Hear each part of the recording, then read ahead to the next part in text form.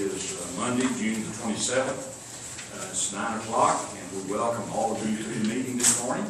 If you have an agenda item that you would like to address, there's some forms over on the table when you walked in, and if you will complete those and give those to the county clerk here, we will have you on anything that you wish to discuss that's on the agenda. We will invite you to do so at that time.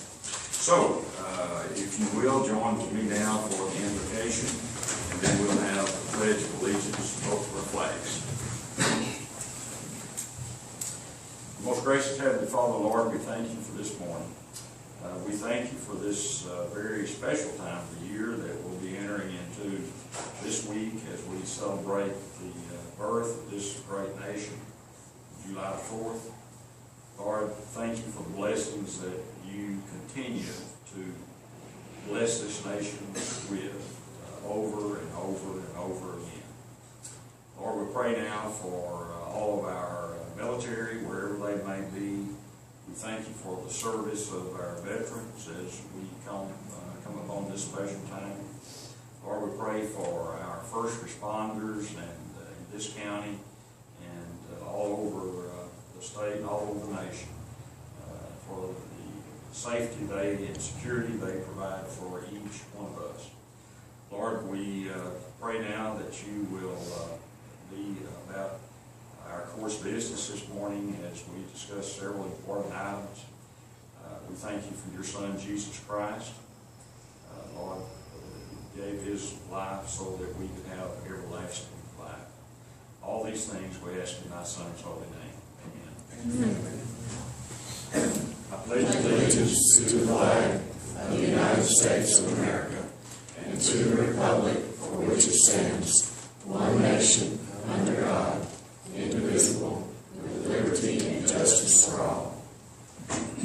Honor the Texas flag. I pledge allegiance to thee, Texas, one state, under God, one and indivisible.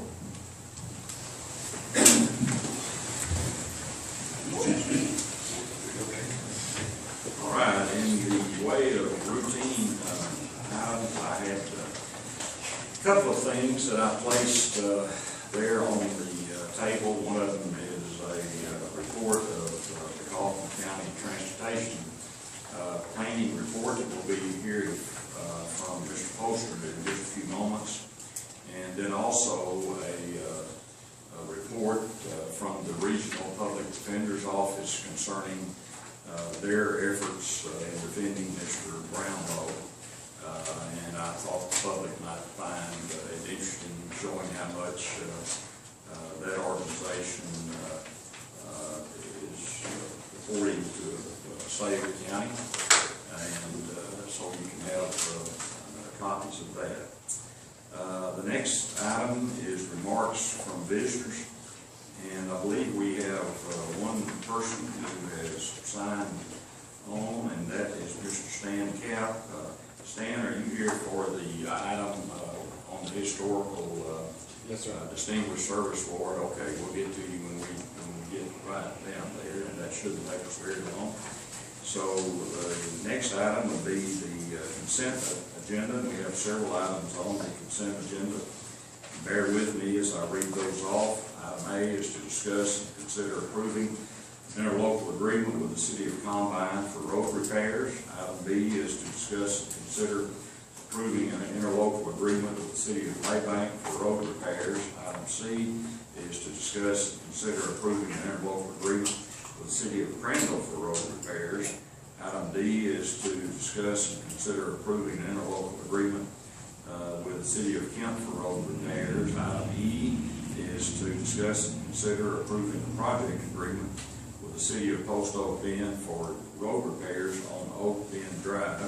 Item F is to discuss and consider appointing Dr. John Kegris to fill a vacancy on the Lakes Regional Community Center Board of Trustees representing Kaufman County citizens. Item G is to discuss and consider accepting a monetary donation in the amount of $5,000 from E.J. Sanderson to be added to the current budget for the Kaufman County Children's Shelter. Item H is to discuss and consider accepting a donation from the Texas Farmview Insurance Company of a 2009 Polaris 850 ATV with an approximate value of $6,500 that will be donated to the Kaufman County's Sheriff's Department for their use. And item I is to discuss and consider accepting a donation of 10 three-way 12-volt accessory outlets in the amount of $149.90 to the Kaufman County Sheriff's Office from Chuck Monkerner. Anybody have any questions about any of these items that I've just read off?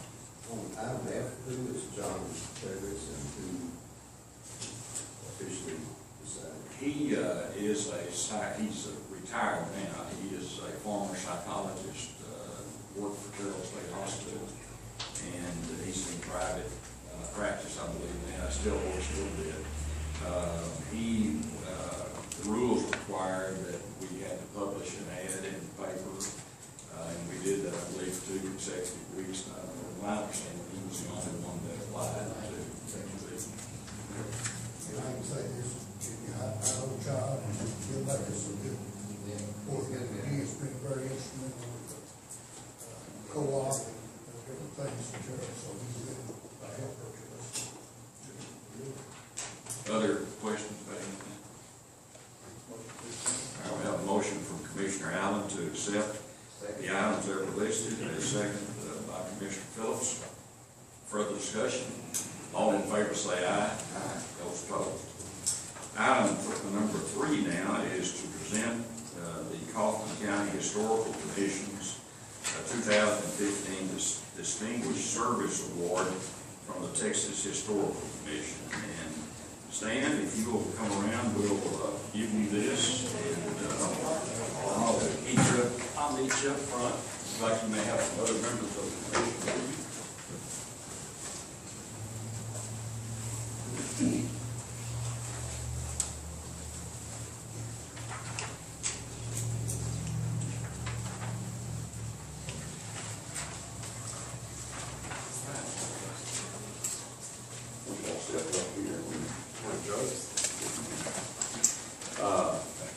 This is from the Texas Historical Commission, and which is presenting this 2015 Distinguished Service Award to the Kaufman County Historical Commission in recognition of its active and well-balanced preservation program, and is signed by Mark Wolf, who is the Executive Director of the Texas Historical Commission. And I believe these two gentlemen, Mr. Oldfield and Mr. Cap, are both members of our organization. So I don't know how many times this has been received, but it's almost every year as long as I can remember. So we're glad to uphold that proud tradition, Judge. Congratulations. We would sure hate to break it down. I think it's a wonderful deal, work you do. Thank you. Thank you. Thank you all for being here. And you're so engaged with the historical activities also, Judge. We appreciate it. Well, I'm old, so when you get old, you do historical things.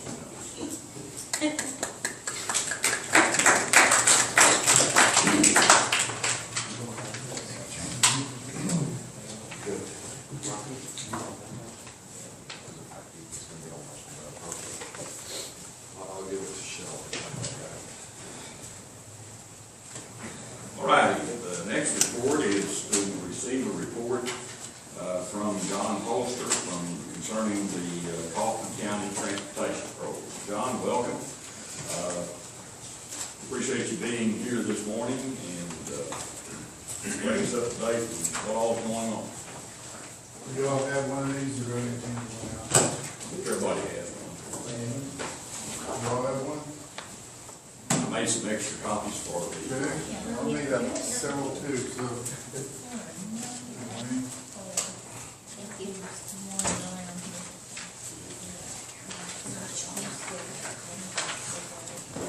Very efficient.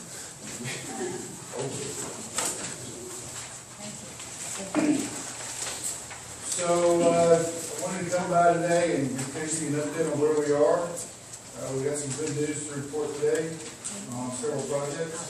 On the first 3 projects, the first 2 are the 2 intersections on 2443. We now have the improvements that TxDOT wants us to make, the train lane movements identified that are critical. And these two projects are currently awaiting determination from the net RMA, which should be this September, I think, on participation on these projects. We probably won't be able to save our $200,000 on these projects because I think each of these are going to end up being a little bit more than the money we have. So the RMA money will just simply keep us from having to go elsewhere for those funds. So looks like we're going to potentially get some assistance from the net RMA on those two projects. On page 4, the 175-1895 intersection improvements. This was selected through the Highway Safety Improvement Program, and it is funded through the Highway Safety Improvement Program for both flashing beacons and intersection illumination. That's new. Initially, we were just going to get the flashing beacons, but because of the intersections width and length, they decided to go ahead and illuminate it at night so that it would show up. And that will be paid for out of the Highway Safety Improvement Program. So there's a potential that money there may be available to do other things. And then, as y'all already know, because y'all live out here, the USA ramp relocation project in 20 was let on June 2nd. It was awarded to Ed Bell at a cost of $5,049,368.47. They've got 279 working days program, and that works out to about 14 months of barricade. So we're thinking they can get it done in about 14 months. And that's new money. All we've got in this project so far is the engineering cost of Michael Baker. There is a cost overrun, so we might have to pay some part of that cost overrun, but essentially we've probably got $200,000 to $300,000 invested in this project, and it's got a $5 million return on its investment. And that's using Prop 1 and Category 1 funds. $2. And then on 548, advanced planning, this is the project that goes from 205 all the way to 80. We're splitting it up into two projects. One is the overall environmental clearance document from 205 to 80, and then on the next page you'll see we're identifying a narrow section at the south for actual PS&E. So right now, TxDOT has agreed to do the survey work for us and the hydraulic work as well, which is cost that we didn't have to incur in the Pacheco Coat contract. And so they're finalizing the drainage channel information on this, and then they're going to move over to the next page. And they're moving forward on the schematic and anticipating a mid-2017 start to the PS&E for that section from Reed Road south. And that's taking that from a 2-lane rural to a 6-lane urban. So that might be a very costly project. So if you go back to page 6, you'll note that there's a schedule. That schedule is for both of these two. It assumes that once we get through the environmental clearance and the plans and the acquisition, it's for the section from Reeder South. So I'm going to include that information on that same sheet. We split it up after we met with TxDOT. So those dates will be the same on page 7 as they're on page 6. And these estimates for time frame for completion, these are estimates. TxDOT looked at the project, they identified the amount of right-of-way they thought was in it and the environmental issues, and they just rolled a standard schedule to put it out there. But the county, because we're taking the lead on the engineering and the advanced planning, if we can beat these dates and times, they'll move the let dates up for us. So this just gives us a mark to shoot for. So if some of the dates don't look good to you, they're not in concrete. We're gonna test them. So we have a chance of being able to do that, you think? Absolutely. You guarantee that? Yes, sir, sure. Almost guaranteed. On the other end of 548, 205, are we working with Rockwell County also? Absolutely. That Rockwell just finished their third plan, and I just met with Freeze and Nichols to let them know that 205 kind of seems to be where that area where they're bringing their outer loop in, 205, 548 area. So there's some things we got to do between the county line and the 80 to fix that, and then we're going to pick up the outer loop from 175 southeast into Dallas County. So yes, sir, we have got that.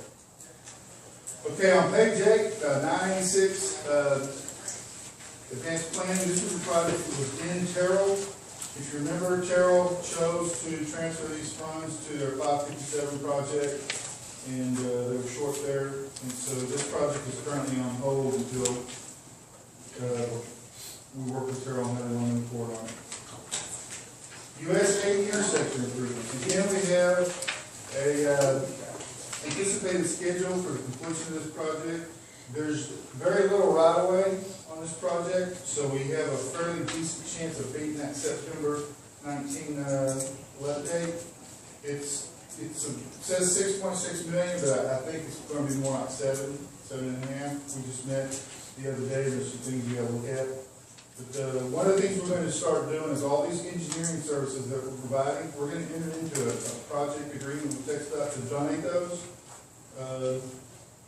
plans, because once we do that, that gives them the ability to assign the CSJ, and then they can start charging review time to it, and that way they can help us expedite these schedules. So you'll see a series of agreements where it looks like I'm obligating it to something to the state, but you've already obligated it to Othon.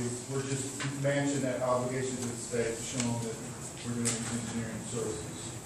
So the project let date of September 2019, you think can be moved up? Yeah, I think so, because all it is environmental clearance, everything out there. We're staying primarily in existing right of way. So the critical path will be utilities. The environmental clearance should be fairly easy since we're not disturbing anything new, and we're clearly not going to touch the railroad. So it looks like the only thing holding this back is a shortfall of about $5 million to work that out. Good. That's video saying that. A lot of people do. Serious intersection. Yes, it is. Get it done soon. And I think TxDOT is very interested in that as well. And so there's a sheet at the back, so I'll go over why I think we're going to have some success going forward. So we'll go over the individual projects first. 175 South Frontage Road. This is a project where I didn't notify you in your press release and in this document that you have funds. You technically have about $11 million on this project, but right now, we're not certain about what year TxDOT can move it into. And so what they wanted us to do is to advance the project further in its schedule. And we're meeting, I meant to say that earlier. We're meeting every 6 months with everybody in the district, the district engineer, the ADP guy from Mulberry that does the finances, the right-of-way folks, the environmental programmers, and we sit down and go over all these projects. And they wanted to see us every 6 months to see what the progress is, so they can update these schedules in their system. So this is one of those projects that they're saying they want to get done. They just need to see us move a little bit further on the timeline. So I didn't credit it to you yet because I can't tell you what year it's in. But that will come soon. Sooner than 19? Oh, absolutely. We gotta have it before 19. Again, we'll donate the plans on this as well, so that'll be the first thing you see coming. 148 bypass, a couple of things. We'll be entering an agreement to donate the plans to TxDOT, and then ultimately we have to have an agreement on what to do with the remainder of 148 where the bypass is relieving. And there's multiple ways of handling it. Take one and make it a business, the other one is the primary, the other one is we look to see if anybody's interested in taking those projects off system, if the state upgrades the road, stuff like that. So we gotta work that out going forward, but we got a lot of road to hoe. What percentage of that whole road is there now with the city limits? I don't know, sir. All of it. Is it? I didn't know how far around the city limits. Where did they get granted? TxDOT just finished building that road, redoing that road. So it's just a matter of whether or not Crandall thinks it's in the best interest to Right. control their own destiny. I think they gonna lose their baseball field too. Yeah, where the baseball field is, goes by there. Typically, that's what we call a sensitive receptor. We try to avoid those. Okay, so 148, this is on the north and south sides of 34. This project is cut into 3 different CSJs. There's a reason for it. It's kind of complicated, but there's 3 CSJs. The First CSJ is the northern section from 34 north to 1390. The second segment is from 34 down to 2145, what it says, no, 1388, and then the third one goes all the way down to 3094 north, because 3094 hits that road twice. So we have the northern section funded for $6 million actual, and we have the southern section program actual for $6 million. So we got $12 million on the project. The middle section has for whatever reason, has a further out let date, and we're going to go determine why we think that's the case, because we're moving pretty quickly on this job. But right now, it's got Prop 1 funds as earmarked, which if we get the project ready in time, we're committed to letting off all three at once. So I only put down on the sheet what we actually have funded for $12 million. When we get the third section funded, I'll report that to you. 34 main lanes. So you'll notice it's now in two projects. One is the main lanes intersection improvements, the other one is the bridge replacements. What we tried to do on this project, because it's a fairly expensive project, is we submitted all 5 of the bridges on 34 for BRINSAT funding. And all 5 of them got picked up, and they are currently in the BRINSAT program for a June 2018 let date. And on 34, the reason why this has such a the fact that we just got started and we have a let date in a couple of years is because there's a lot of right-of-way on 34 at the bridges. Whoever did that back in the day was smart because they just moved over, bought the right-of-way, and built a new bridge. Now what we're going to do is come back and take the old one out and put a new bridge in. We'll just keep doing that until someday we widen the road to a narrow loop or something. So we got $9.3 million real money committed to the project, and currently all we have committed to the project is the engineering for LTRA. So you go back to page 13 on the main lanes. This is programmed anticipatorily for Cat 1 funds, but right now there are no funds earmarked for it at this time. They're going to want to see how quickly the bridges get done, and if they see that we're moving on the bridges, then we'll step up and deal with the road following those projects. We'll also have to enter an agreement with them for these engineering services. Okay, USA Regional Planning, Freeze Mitchell is doing that. I believe they have met with both the stakeholders, and anything and everything we do on 80 will pick up the planning that was done in this document. And as we coordinate with TxDOT and the region, as they do the 10-year plan, when they come in and identify things for 80, we will push them towards making those improvements that we identified in the regional planning study. County thoroughfare plan, we were close to being done until the outer loop issue came in. We were kind of weak in that area, so we had to identify that section north of Terrell between Rockwall County and 80, for lack of a better word, and then from 175 southeast to Dallas County. So I've got a meeting set up with F&I. They're going to come over, we're going to sit down, and we're going to give you a recommendation on where we think it needs to be. There's a letter for the county judges that are going around signing it, saying, hey, we want to move on the outer loop. It's fairly benign. It's just, it has 9 county judge signatures on it, and it can't hurt. And as soon as we get that to the point, Judge, I'll bring it to you, unless you've already gotten it. I ain't got it, but have you might kind of explain to everybody that may not be as familiar with what commissioners are on this outer loop, so everybody kind of have a good grasp of that. Just 2 minutes or less. I can do less. You got 635 around Dallas, you got 820 around Fort Worth, and then you've got George Bush, that's the next loop for part of the Dallas area. The outer loop is that next tier that goes basically from between Sanger and Denton through Denton, across into Collin County, into the McKinney area, turns south on the eastern border of Collin County, goes straight down through Rockwall. Rockwall kicks it, curves it back a little bit, close to 548, 205, and then it's y'all. And the only part that we know is from 80 to 175, so we got to figure the connection with Rockwall and the connection over to Dallas County. That's the other road. And it has spokes that go off of it, so that's where you pick up Grayson County and Ellis County, stuff like that. Okay, Kaufman City is working on the 34 bypass.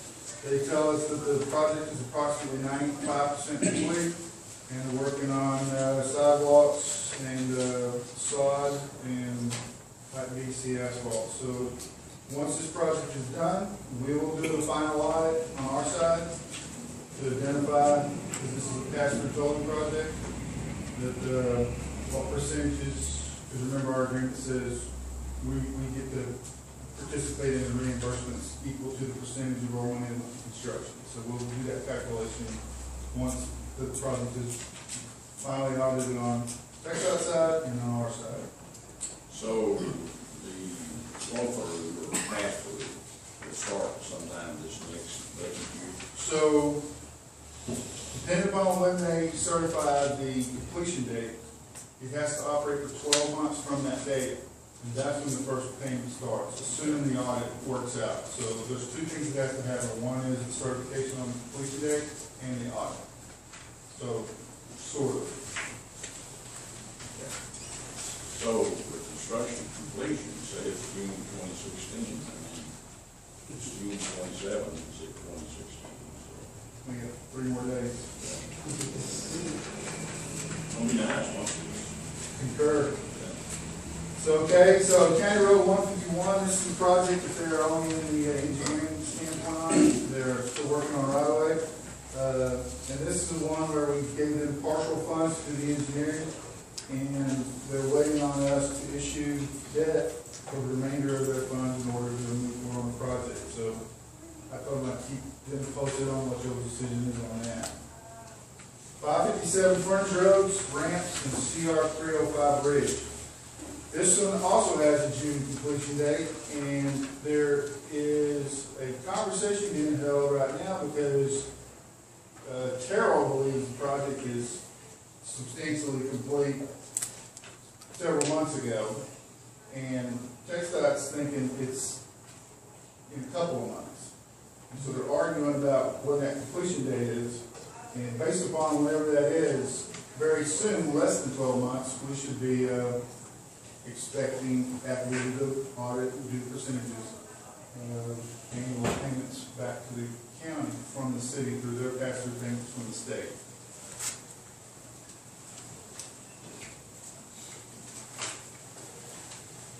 Okay, 148 North, this is another pass-through tolling project that we're involved in.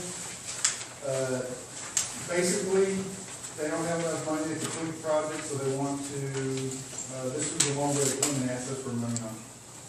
They wanted to get an extension on their pass-through program, and they did get the extension from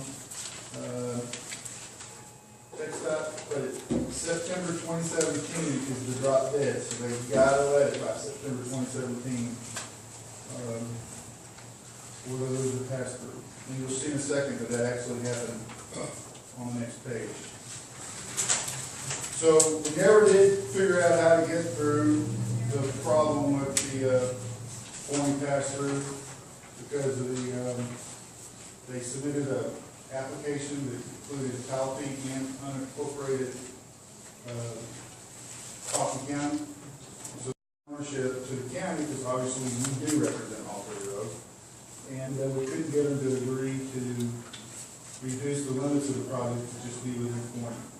So what we did in the district was we got to get our heads together, decide what we want to do on this, and if we start doing the advanced planning on it, Kelly and Mo and those guys in the district committed to being with us there as we move forward trying to get this project done. There was a commitment from the state, and it says we'll try to find a way to honor it, but they're not going to do any of the engineering on it, so maybe something we have to pick up.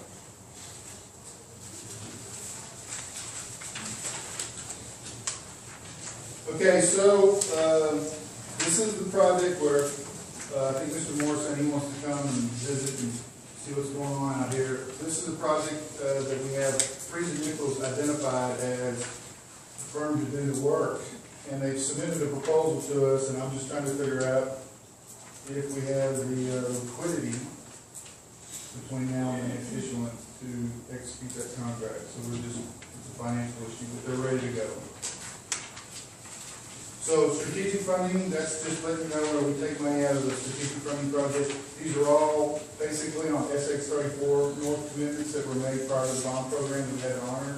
And I just track them there for you so that you'll know where your money's going. Okay, SX205, the only thing that's different on your report, if you take a note on, is that between when I did this report and drove here, the dates for the public meetings have been set. July 7th in Rockwall, and then July 12th at Terrell High School. And they start at typically 5 o'clock, but I'll get that confirmed for you. And the same information is going to be presented at both meetings. We're just giving people opportunities to go wherever they want.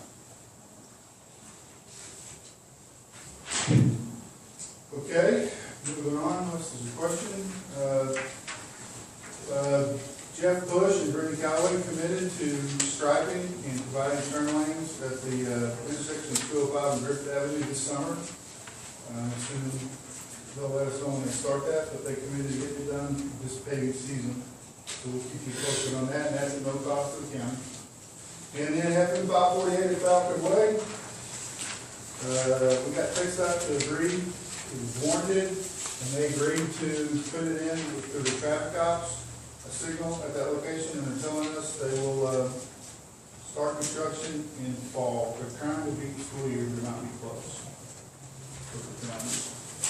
And so this sheet on the back is telling you what I was telling you how I think the reason why we need to continue to move forward, the reason why TxDOT wants to meet with us every 6 months is because they're anticipating with Prop 1, Prop 7, congestion relief funds, and then what that does to relieve their gas tax revenue. If they have a predictable revenue stream over the next 6 years, which is the highway bill, that they want to make hay while the sun shines. And so they're saying they want projects, they don't have money in those projects. So they want everything moving forward, and whatever gets through the gauntlet, right? That's what's going to get funded. So those of us who are taking our own destiny in our own hands, we got a better shot at those funds. And that's why TxDOT wants us in, sit down and talk to them, go over these things, because they see us as somebody that's actively pursuing those opportunities. So I would say pedal to the metal and just keep moving.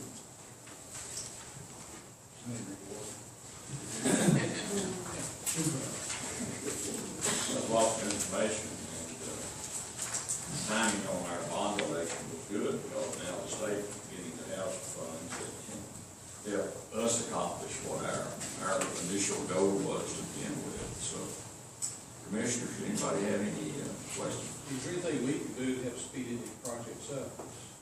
Close. Harass me. We can do that. That's your number.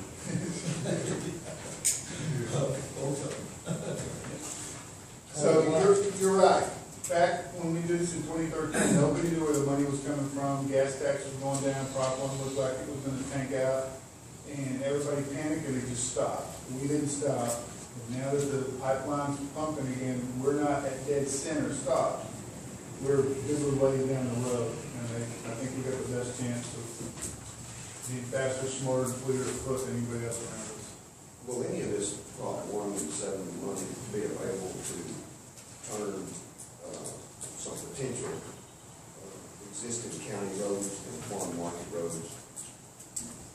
Because I've got 2 or 3 in my precinct. I think the traffic just increased so much, I think, in farm market roads. What can we do to encourage that? yes, the state does work with local counties to, on a limited basis, convert certain farm, county roads to farm markets. We're working on one. The county, if that happens, has to commit to buying 100% of the cost of the right-of-way necessary for a FM to state standards. So I guess what we need to do is, that's what we're doing on the other ones, right, getting the cost estimate identified on what we think the right of way will cost in the Kaufman County part, the other part of Van Zandt. So that when we say, hey, we want to sign a resolution to take this off on system, that you know what you're committing to. So that's the only thing we gotta do is identify the roads, then get an idea of what we think the right of way will be, and then see what we can do for.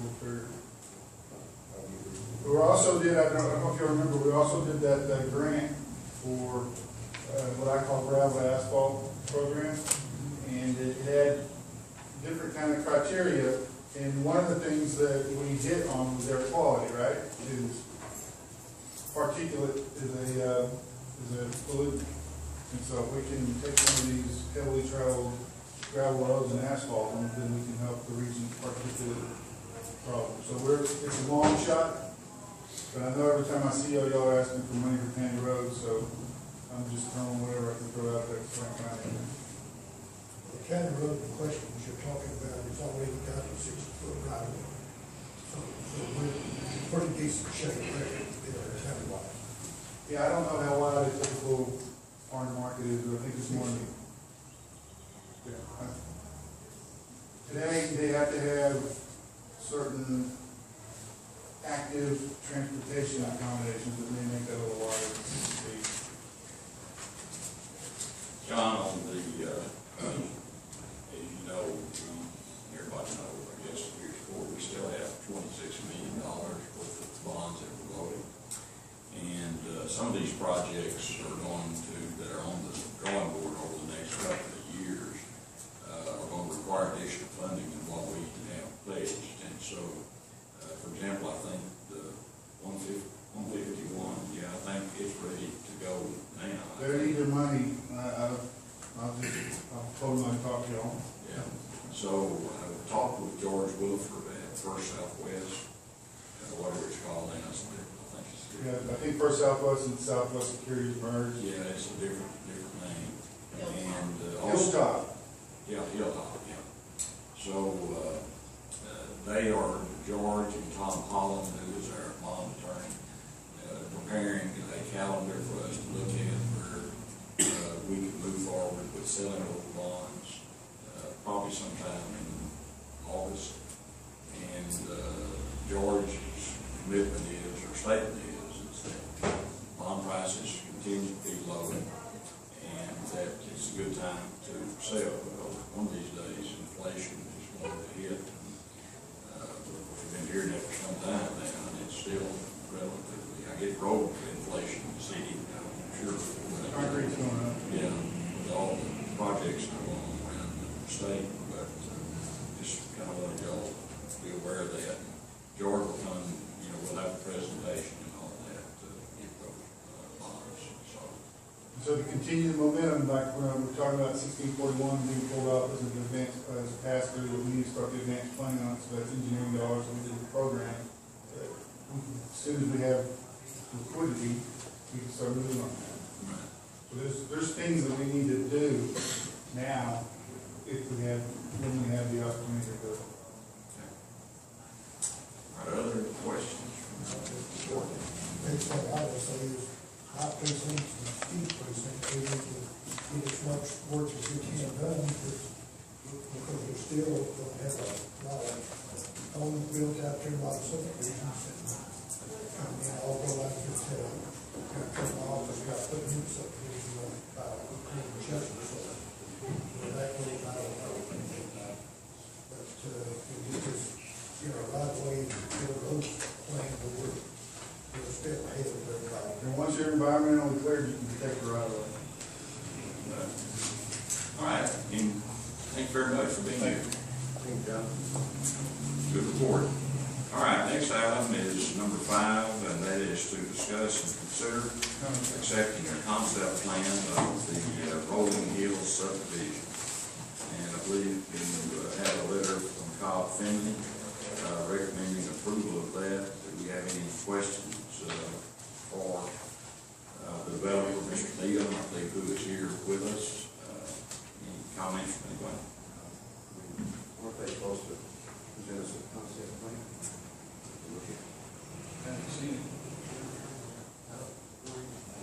bring the concept plan, Mr. Neal? Probably a copy, I don't know, you remember copies.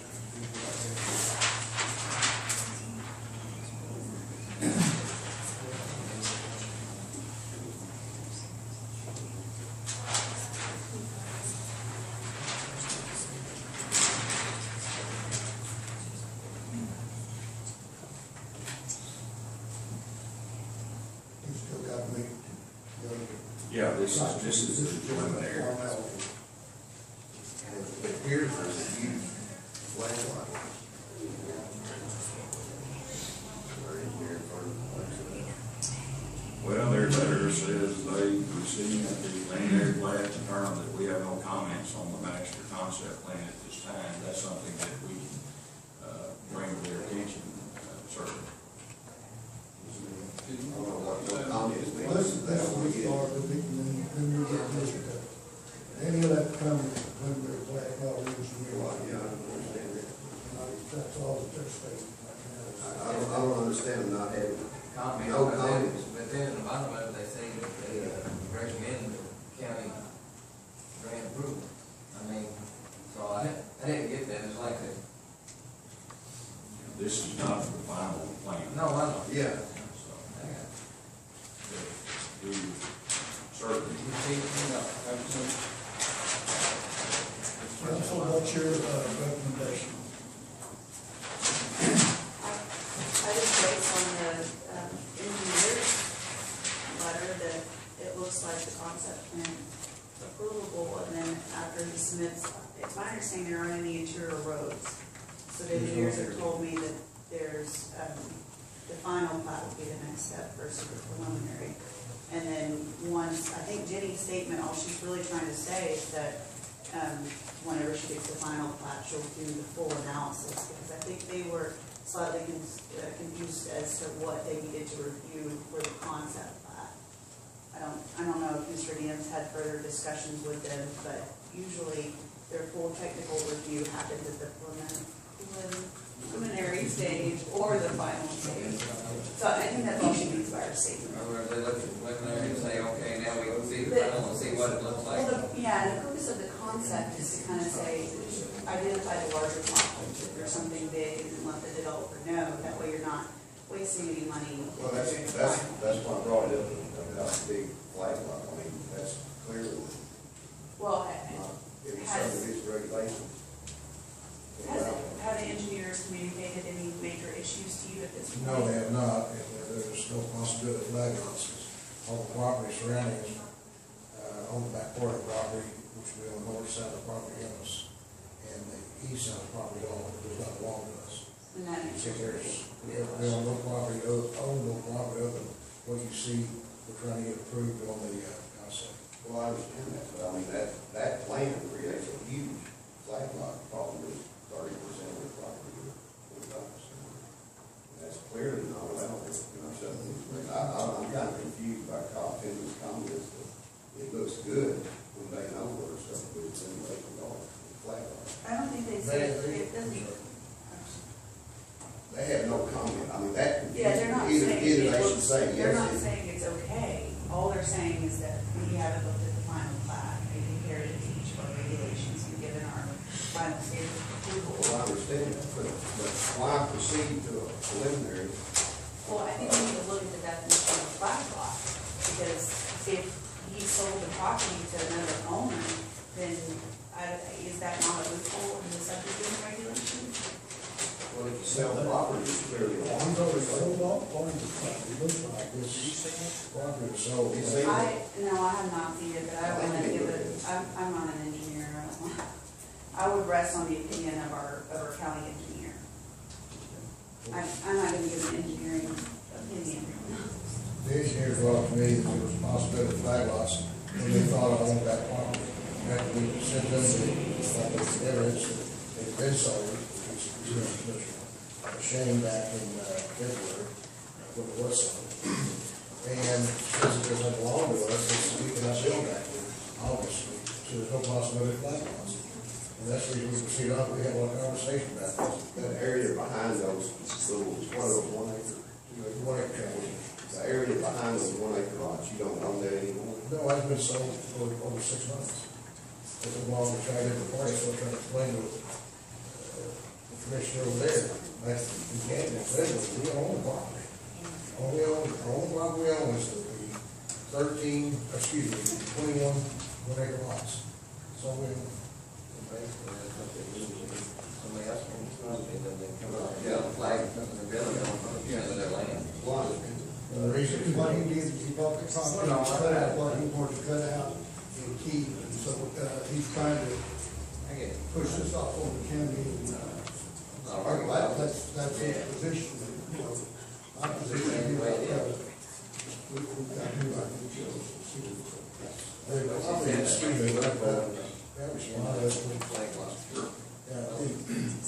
property was pretty, when I bought the property, it was already considered by a third party, which now owns it, down the bottom. And the reason it's broken up like that, because there's a tank that covers it, you can't build on it, and a slope of wind, you can't build it because there's drainage in there. So that went with the property back, so you have cattle back there. And that's exactly what they're doing. And then the entrance of the east end of this, of 355, there is a corral for cattle. That's also in there. That's what that was sold, that's the reason it was divided like that. So we have no way of getting in there, other than coming in from our property side, which is 429 and 355. And that was the reason, so there is no flag lots. And there's no possibility. There's people bought it, they're trying to buy it for some time. So I agree. It just appeared about the flat that was part of the. It is, and it should be indicated on that plan, who owns the property. It's not me, it belongs to the lands. Further questions? He'll come back to us anyway, so, Right. you know, we will have, We just accept them. we'll just concept, give him some satisfaction, that's it. All right, we have a motion from Commissioner Shane to accept this plan. Do we have a second? Commissioner Allen seconds the motion. Do we have further discussion? All in favor say aye. Those opposed? Thank you very much. Yes, if you'll leave that with us, and commissioners, I'll be happy to give you all a copy of this. I'd like to have it for future reference, so I'll have a sure that you have a copy of this. All righty, the next item is item number 6, and that is the tax assessor collector's monthly report. And Teresa, it looks like you're on the hot seat. Yeah. Good report out today, I think. I'm hoping y'all got a copy. All right. For the collections for May, it looks like, the M&O was, $241,733. And the, INS was $27,318.39, excuse me. So a total of, current taxes collected of $269,051.53. The delinquent was $43,417. And then for the road and bridge, your current collections are $43,661.15, and your delinquents are $6,327.03. And there was no rollbacks, I guess, on this one here, it looks like, so. I believe there's some rollbacks that have been set out. I don't know about that, to be honest. I just had to report this morning, so. Yeah, but I mean, steady work. Right, I'm sure there are some rollbacks being worked on, but we didn't have any that showed up on. No action during the month of May. So we're ready on that, it's gonna be sure. Yeah, we're looking. We're gonna bring things up, from where we need for it. Yeah, big rollback. All right, any questions of Teresa? We have a motion from Commissioner Shane, we have a second, Commissioner Phillips. All in favor say aye. Those opposed, thank you very much.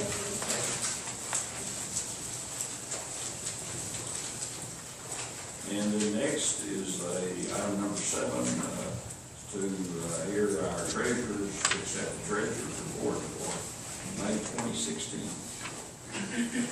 Good morning, Judge. Good morning, Commissioners. Good morning. Good morning, everyone. It's good to see you. I think you'll want one of these. And County Clerk.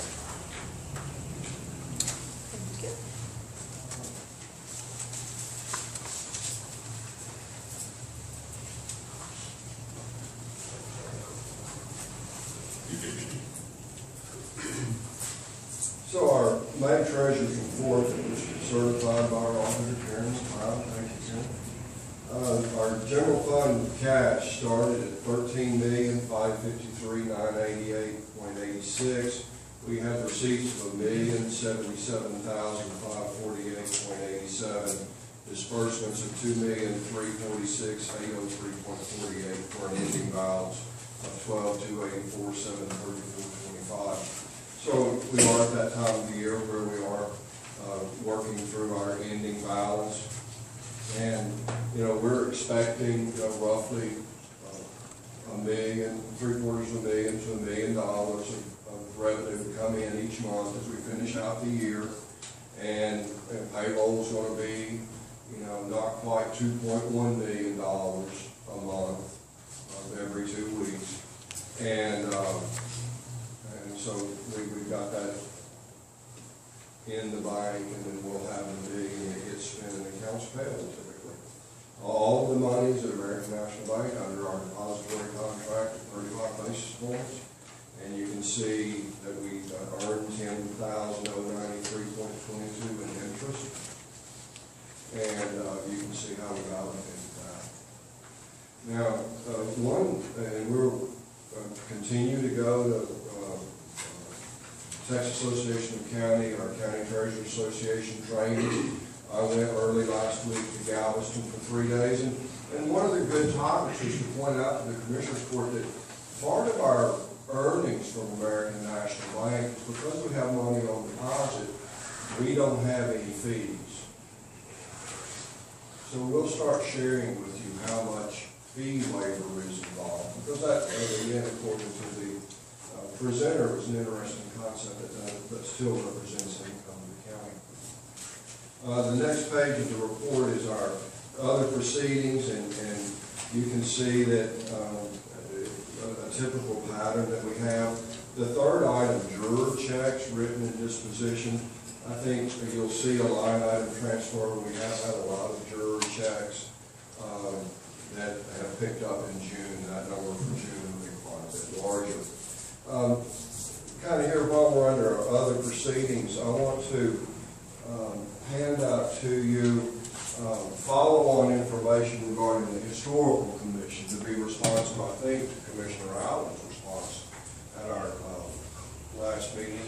Here's a copy of the bylaws, and I think, Judge, you had talked about the board members and seeing that all of that was documented and tidy.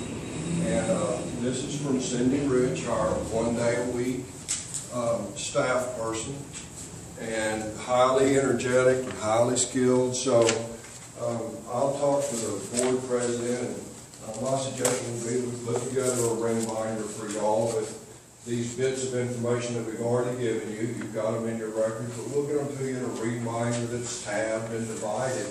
And I want to include you in the meeting announcements and in the minutes that we produce each time.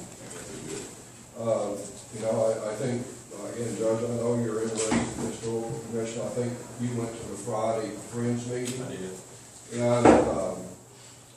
And it's kind of the slow season right now. For both of the Historical Commission Board and the Friends Board, when we get the engineering reports back that we discussed when we had our budget workshop, or last Commissioners Court, activity will pick up quickly. We've got the money budgeted to get the engineer's report, move right into architect report, and then move right into rehabilitation on the superintendent's office. And like you, Judge, I'm in contact with some of the historical stakeholders of the county, the people that we can count on for funding to keep everyone up to date. And, you know, just again, a very exciting time for the Historical Commission. And I want to wrap up with one other proceeding. Is about May of 2015, the court was gracious and agreed that a goal that we should set would be to pay our jurors with cash. And that was a goal that was set, and we began exploring what that would look like and how that would proceed. And I found that notes from like 6 years ago about an attempt to go this way, and they'd written some procedures, and just nothing ever got finished. And in talking to people, I could see that it's going to affect, probably 10 elected officials or more. So I went into a time like Proverbs 15:22 tells us, is that without consultation, plans are going to get frustrated. But with many counselors, they'll tend to succeed. So I just kind of went into a prayer mode and just continuing to educate myself about best practices and how this works in other counties. And waiting on God's timing. And well, we've had some events last week or 10 days that shows that it's God's timing now. And I think we've got a great team effort built. I think we've got a lot of counselors now that want to help us document the procedures, decide what it is, how this looks best in Kaufman County. And so I'm optimistic that something that we've tried to solve in this county for a long, long time, that perhaps here in the next short months we'll be reporting to you that here's a set of procedures that everyone has agreed on, works best, and this is the way we'll go, and this is the day that we'll try to start going this way. So I want to thank the court for their attention today and everybody's patience while we work through this. Somebody had commented that there hadn't been much progress in the year, but I just realized that God works on His time, and I'm trying to be patient like that. And I think this is a reward for being patient, where we have a lot of energy and we're all pulling in the same direction. The other pages here, the list, you've seen the pledged securities list. That's our collateral for our money on deposit. You see the detail of the pooled accounts that run for 2 sheets, and then you see the sheet of the accounts that are their standalone bank accounts, and then you each have your individual leverage report. I want to thank you for your attention. Is there anything else I can answer questions about before you guys? I'm asking you to approve it if they don't have any questions. I make a motion to approve it. So we have a motion from Commissioner Allen, to have a second. Commissioner Brazalik seconds the motion. Any discussion?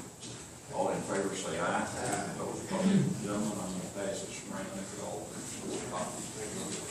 Thank you all. I appreciate your attention. Next, item number 8 is from George York to discuss and consider updating information technology resources and internet use and social media policy. So George, that's a mouthful. Would you like to come up and? Well, Judge, I'll try to make this brief. That's going to be my second statement.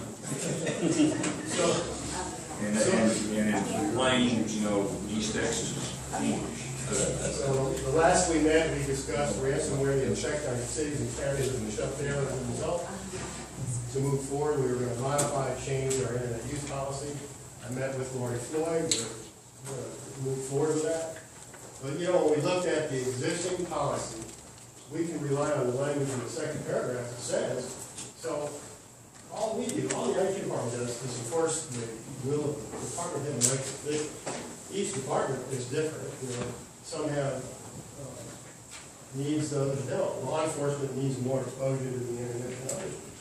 So we essentially enforce that unless there's a threat to security, data integrity, or abandonment. So I think we can move forward immediately to make changes, kind of tighten things up. We had issues where many department heads wanted to exempt folks from the filtering. So, we're not going to drop the handle or drop the guillotine. What we're going to do is we're going to meet with the department heads. We're going to tell them it's coming.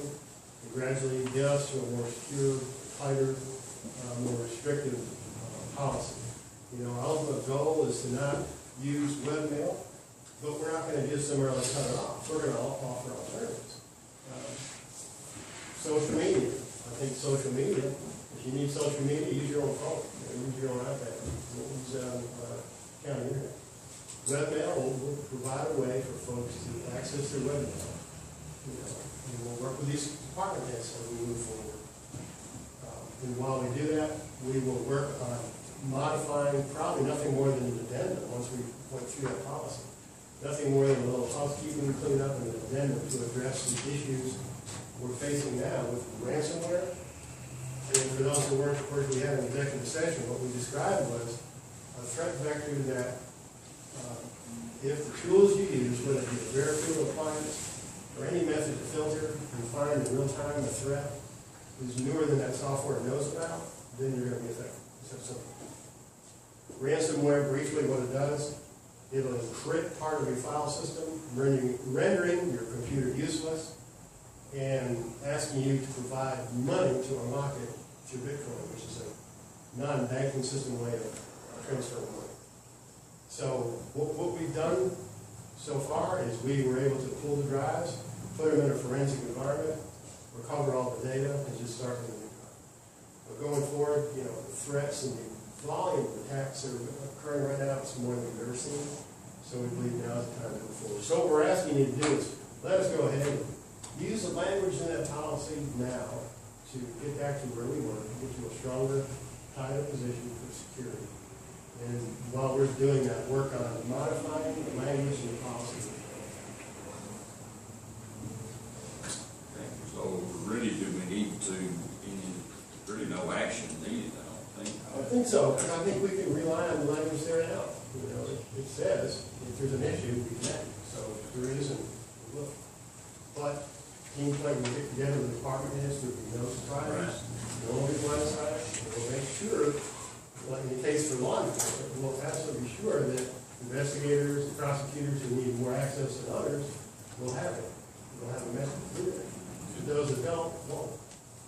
The issue is we don't do anything that puts our network, our computer network, in harm's way. And I believe we have 3 or 4 different layers of security, and but there have been some other counties, another county at least one, and I believe a city that was nearby here that ran into where somebody got into their network and probably from overseas, China, whoever, Russia, whatever, and demanded cash.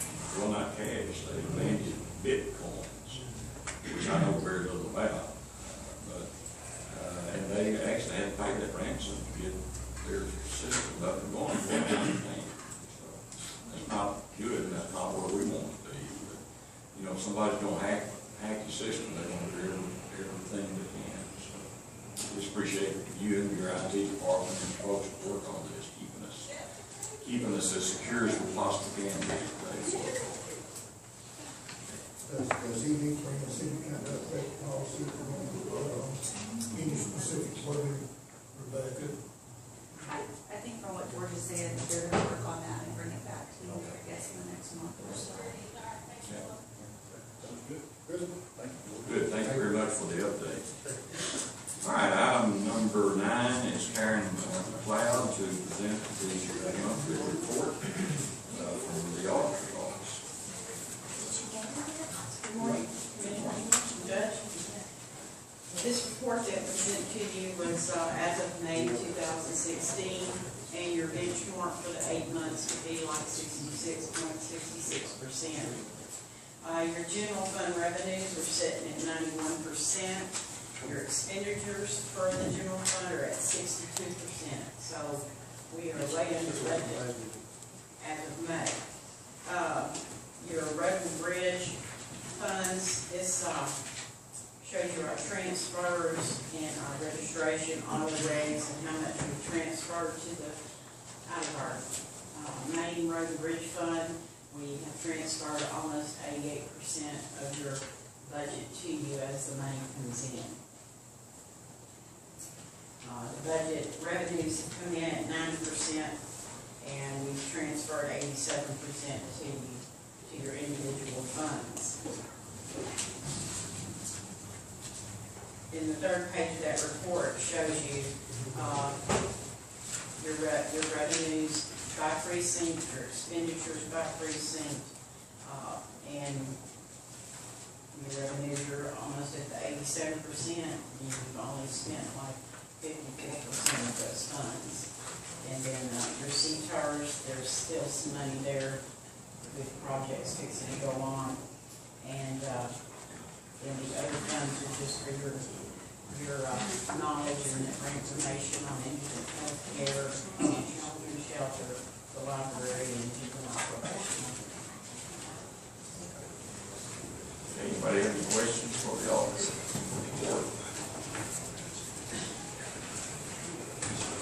Now, I'll entertain a motion to accept the monthly report from our auditor. Motion from Commissioner Shane, Allen. Do we have a second? A second from Commissioner Payne. Any other discussion? All in favor say aye. Next item is item number 10, Commissioner Gonzalez, to discuss and consider accepting fiscal year 2016-2017 annual road report for Road and Bridge Precinct Number 1. I think y'all got a copy. Present the annual road report for 2017. All right, I have a motion from Commissioner Gonzalez, second from Commissioner Phillips to accept that report. All in favor say aye. Aye. Opposed? Next item is Commissioner Allen to discuss and consider accepting fiscal year 2016-2017 annual road report for Road and Bridge Precinct Number 4. It's the same thing. All right, you have a motion from Commissioner Allen. Do we have a second? Second from Commissioner Phillips. Any other discussion? All in favor say aye. Those opposed? Item number 12 is to discuss, consider approving amendment number 2 to the intergovernmental cooperative TCEQ in Kaufman County in the amount of $102,928.47. This is in reference to contract number 582-14-40123. Pam, if you'd like to come up.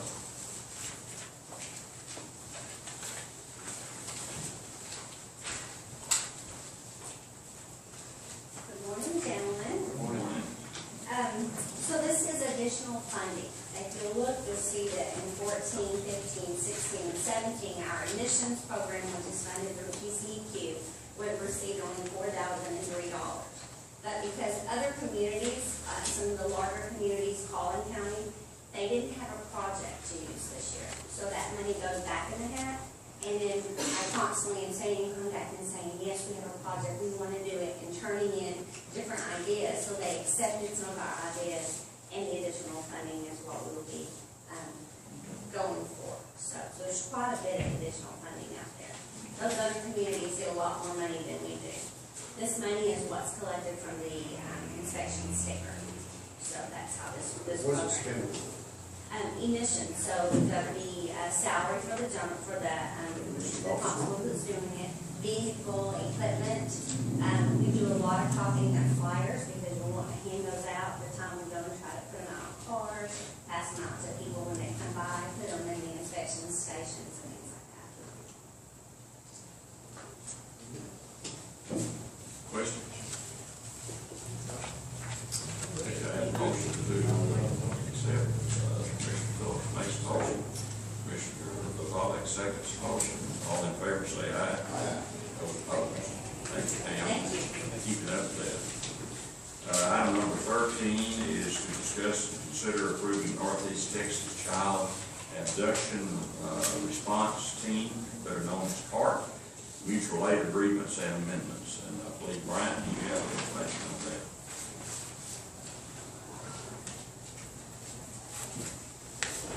Good morning. What we're talking about, we're working with Rockwall, Hunt County, Collin County, and this mutual agreement on child abduction, using our resources and their resources. If we have abduction in our county or any other county that would assist in, they can also help on other funds as far as loss and missing people. But they've got some good resources. So it really, doesn't cost us any time besides our personnel, when we need to go assist them, but in turn, if we have something, they're gonna come back and say, so. Okay. Questions for Chief Deputy? Good program. Yes, that's a great program. Yeah. Get all the help you can get. That's it, especially when it comes to child, you know, helping get. All right, do I have a motion to approve? I have a motion from Commissioner Phillips, do I have a second? Second from Commissioner Allen, any other discussion? All in favor say aye. Those opposed, thank you very much. And now, our line item transfers, I believe we got a copy of those, email. Yes, sir. Have any questions on any of the line item transfers?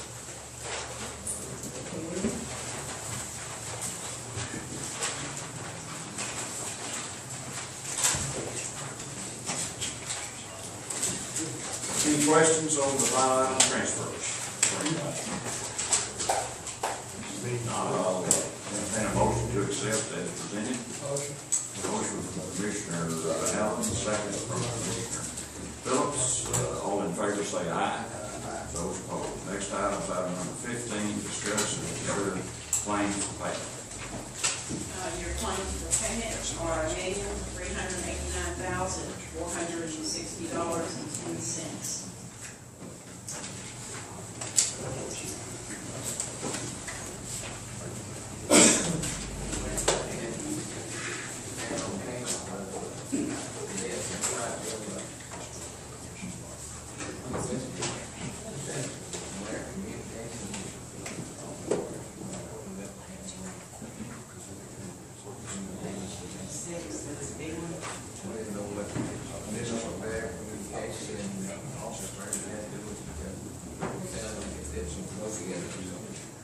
What page is it on? 56.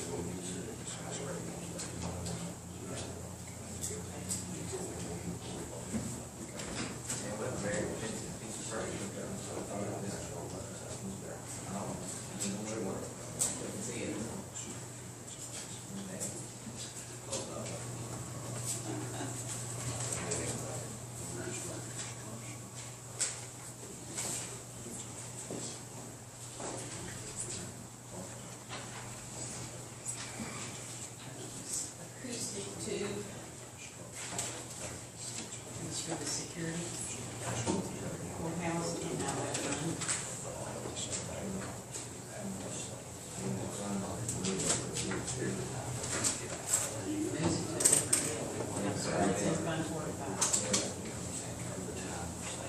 Courthouse security, this is the piece that put there. I don't even know what it is. George, probably, Let's do it after. You want George to explain? No.